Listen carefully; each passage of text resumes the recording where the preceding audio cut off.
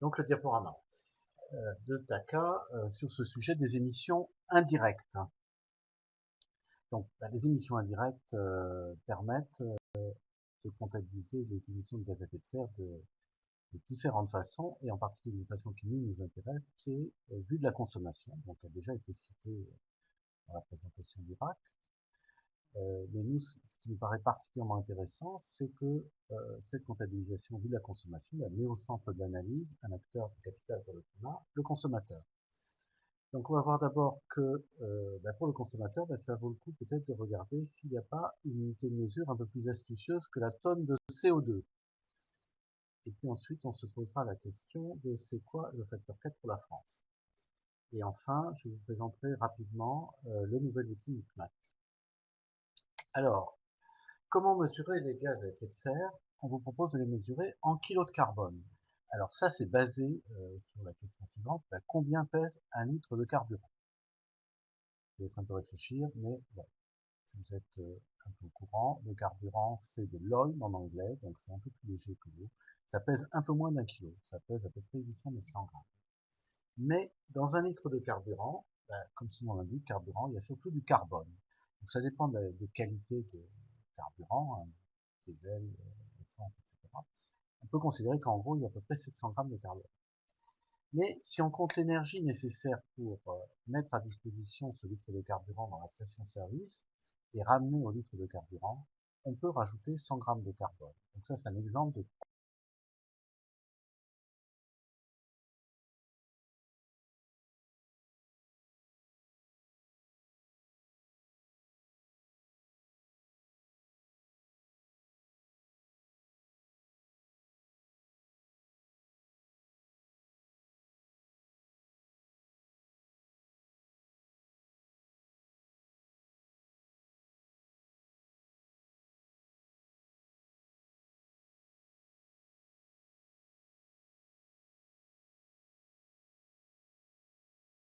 comptabilisation carbone, d'évaluation du cycle en amont. Et ce litre de carburant, on va le mettre dans une voiture. Donc là, il faut prendre en compte aussi le poids carbone de l'utilisation de la voiture, toute l'énergie pour construire la voiture et même l'entretenir pendant sa durée de vie.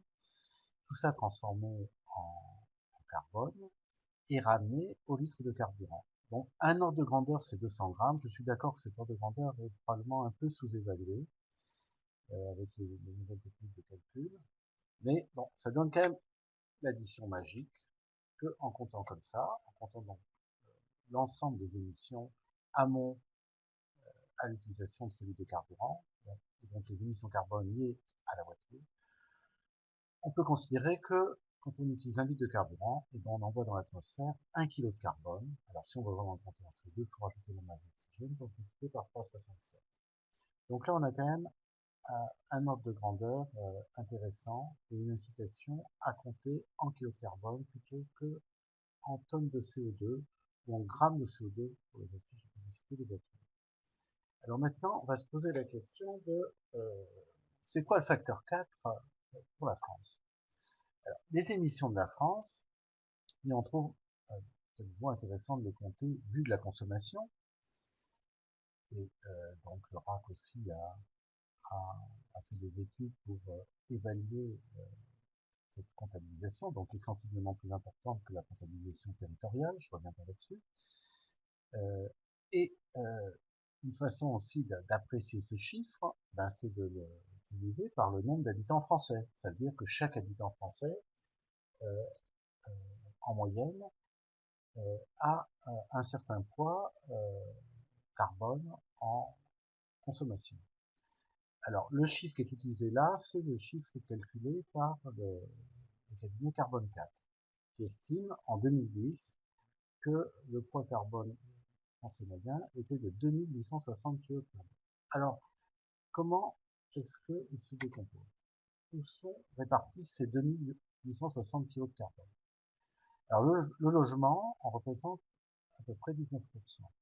Donc, c'est quoi? C'est l'énergie pour les matériaux de construction de la maison, et l'énergie aussi, donc amortit ça année par année, Et l'énergie aussi, pour que cette maison soit éclairée, soit chauffée, qu'on puisse faire la cuisine, etc. Ça représente à peu près 19%. Une autre part du poids carbone dans ces moyens, c'est sur le transport. Alors, sur le transport, si on passe en voiture, bien entendu qu'on émet du carbone, et on sait même avec l'unité qu'on utilise que 1 litre de carburant, c'est 1 kg de carbone. Alors, représenter aussi ici l'avion, parce que l'avion a un impact carbone très important. Donc là, je vous donne un ordre de grandeur, qui est aussi des chiffres de l'ADN. Chaque passager en avion, aux 100 km, émet autant de carbone que s'il faisait la distance tout seul dans sa voiture. C'est-à-dire que chaque passager en avion, pour un vol long courrier, c'est à peu près 6 kg de carbone aux 100 km. Ça pour avoir des ordres de grandeur. Donc, il y a le poste suivant, c'est l'alimentation, qui représente aussi à peu près 23%. Alors, ce qu'il faut savoir sur l'alimentation, c'est que nos aliments n'ont pas du tout le même poids carbone. 1 kg de viande rouge représente à peu près 6 kg de carbone. Alors, pourquoi un chiffre aussi élevé? Parce que la viande rouge, c'est fait à partir de vaches, et les vaches, quand elles remuent, elles émettent du méthane. C'est ça qui explique en très grande partie ce poids carbone très important de la viande rouge. Et un autre aliment est présenté là, c'est les pommes de terre. 1 kg de patates, sauf si on achète des patates qui viennent d'Argentine et qui sont arrivées en avion. 1 kg de patates, produites à peu près normalement, et en particulier bio, et à proximité, représente à peu près 30 grammes de carbone. Donc, 30 grammes de carbone, 6 kg de carbone, ce n'est pas du tout pareil. Le poste suivant, ce sont les autres achats, parce que donc là, on se loge, on se déplace, on se nourrit, donc ça c'est des choses importantes. Mais on a aussi quand même besoin de s'acheter 2-3 trucs, des habits par exemple. Le poids carbone des habits, ce qui est pas très très significatif. Par contre, ce qui est plus significatif et qui est marqué sur le dessin, ce sont tous les objets de haute technologie. En particulier, par exemple, ce micro-ordinateur que j'utilise, l'ordre de grandeur du poids carbone d'un nouveau micro-ordinateur, si je veux changer le nom, qui parle en plus, l'ordre de grandeur, c'est 360 kg de carbone. C'est quand même significatif. Alors là, avec ce camembert, vous voyez, il n'est pas complet. Pourquoi est-ce qu'il n'est pas complet? Alors, on est logé, on se déplace, on se nourrit, on achète d'autres trucs, on achète aussi dans les autres achats, il y a les salles de spectacle, il y a les vacances et tout ça. Pourquoi c'est pas tout notre vie? Parce que dans notre vie, par exemple, quand on est jeune à l'éducation nationale, il y a du carbone aussi pour faire marcher l'éducation nationale. Quand on est malade, on va à l'hôpital, il y a du carbone pour faire marcher ça. On bénéficie aussi d'un ministère de la Défense pour nous protéger, etc. Les avions envoient du carbone. Donc tout ça, c'est la partie État dont on bénéficie plus, et donc là, c'est-à-dire que chacun a droit à la même part. On récolte donc la même part de toutes ces dépenses carbone. Et donc là, on voit les émissions carbone, les émissions de toute la France. Donc ça, c'est les émissions de toute la France. Et c'est bien ça qu'il s'agit de diviser par 4. Et donc là, on peut se poser la question, comment est-ce qu'on va diviser par 4 chacune de ces parts? Et par exemple, comment est-ce qu'on va diviser par 4 les émissions des vaches? Les émissions des vaches, c'est ça qui émet du méthane. Comment est-ce qu'on va diviser ça par 4? Est-ce qu'on va apprendre aux vaches à ruminer autrement sans émettre du méthane? Est-ce que vous croyez qu'on va arriver à faire ça? Non, la seule façon de diviser par 4 les émissions de vaches, c'est qu'il y ait 4 fois moins de vaches. Et pour qu'il y ait 4 fois moins de vaches, il faut qu'on mange 4 fois moins de viande rouge que de produits laitiers. Prenons un autre exemple. Tous les exemples marcheraient, aboutissent au même résultat. Donc, ce qui est plus spectaculaire, c'est par exemple l'avion. Comment est-ce qu'on va faire pour diviser par 4 les émissions des avions? Pour diviser par 4 les émissions des avions, je pense quand même que les ingénieurs spatiaux, de Boeing, Airbus et tout ça, de Rolls-Royce, ça fait longtemps qu'ils essaient d'optimiser les moteurs d'avion. Ils continuent. Ils vont gratter 10%, 15% peut-être. Mais fondamentalement, on diminuera les émissions des avions, et surtout on les divisera par 4 que s'il y a 4 fois moins d'avions qui volent. Et pour qu'il y ait 4 fois moins d'avions qui volent, ça veut dire qu'il faut qu'on fasse 4 fois moins de voyages en avion. Donc, dans le cas de la vache, dans le cas de l'avion, dans tous les autres cas, celui qui a la capacité de faire cette division par 4, c'est le consommateur. Donc là, la question est ici. comment est-ce qu'on peut faire changer les consommateurs globalement aussi radicalement? Là aussi la réponse, c'est qu'on n'y arrivera pas s'il n'y a pas un signal prix qui va dans ce sens. On n'arrivera pas à faire changer les consommateurs, à les faire moins polluer, si ça coûte plus cher de ne pas polluer que de polluer. Donc, il faut mettre un prix sur la pollution, il faut mettre un prix sur le carbone.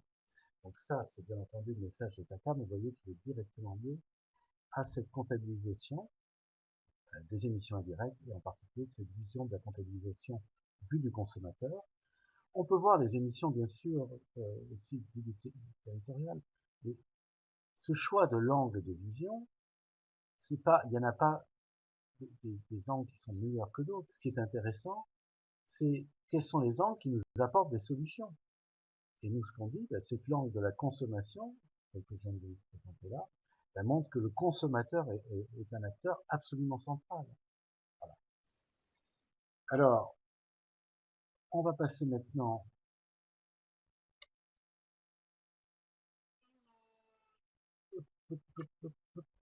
on va passer maintenant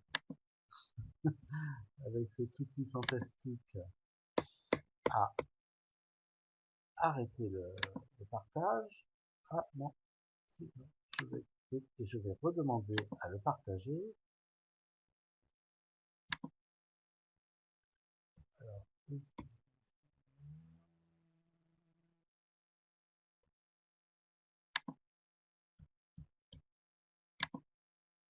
je vais donc redemander à le partager sur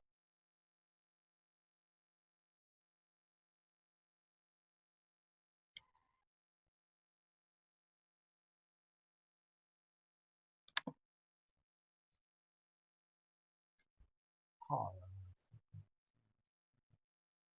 sur Google Chrome. Donc on va le partager sur Google Chrome. Et voilà, fantastique. Donc là, on arrive sur l'outil Micmac, vous voyez, Micmac, qui est sur le site d'Avenir Climatique. Et donc ce site est accessible pour tout le monde. Alors, il y a ici écrit Jean de Taka, c'est mon nom d'utilisateur, parce que j'ai enregistré la saisie de mes consommations. Alors, donc vous voyez, l'outil est très simple, je vais vous montrer très rapidement. Il y a les parties logement, transport, alimentation, biens et services.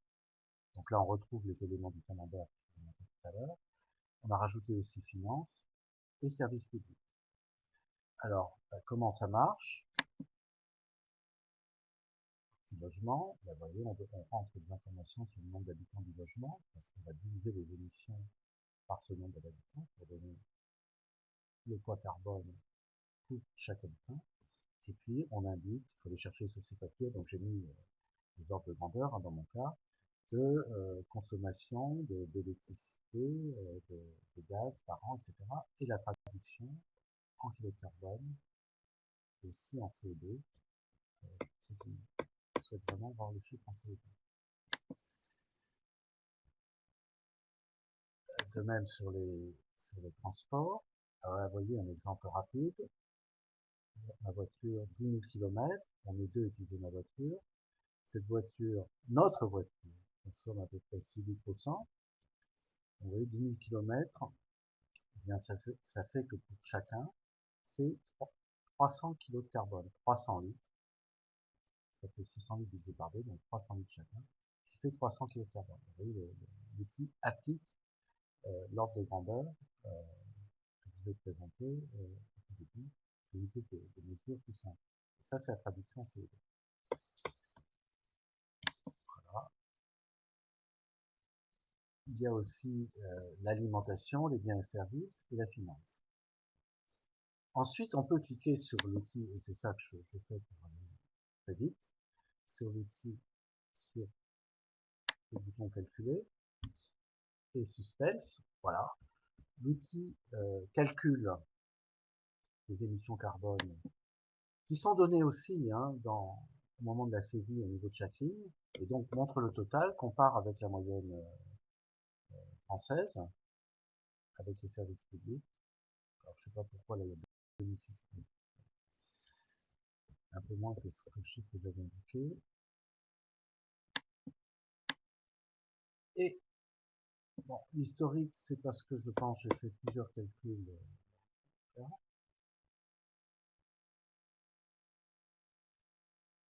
Donc si on avance, ce que je voulais vous montrer, c'est que donc le chiffre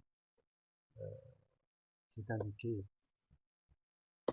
en total, donc là, c'est ce total plus la partie service public, et ben on propose de ne pas se contenter de le regarder et puis même de l'analyser, donc sur cet onglet, il y a des analyses, en particulier la performance de votre logement, mais de transformer ces kilos de carbone en euros. Hein, parce que nous, on propose de mettre un prix sur le carbone. Alors, ce prix sur le carbone, on a en mémoire de Michel Rocard, qui est quand même quelqu'un qui s'est bien occupé du climat.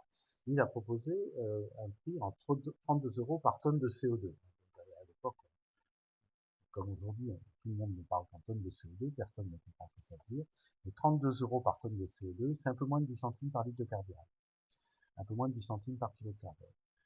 Et donc l'outil est bien sûr capable de faire une multiplication. Dans le cas des données que j'ai indiquées, ça me ferait payer un prix carbone pour l'année de 555 euros. Il y a, alors à ce prix carbone, on a estimé, nous, à TACA, qu'il y aurait une redistribution mondiale égale à tout le monde. Voilà. Et de 200 euros, donc il sera déduit. Et donc on propose que me propose à moi de payer 555 200, c'est-à-dire 355 euros que je ferai en envoyant un chèque à une association de choix qui s'occupe du réchauffement climatique et qui aide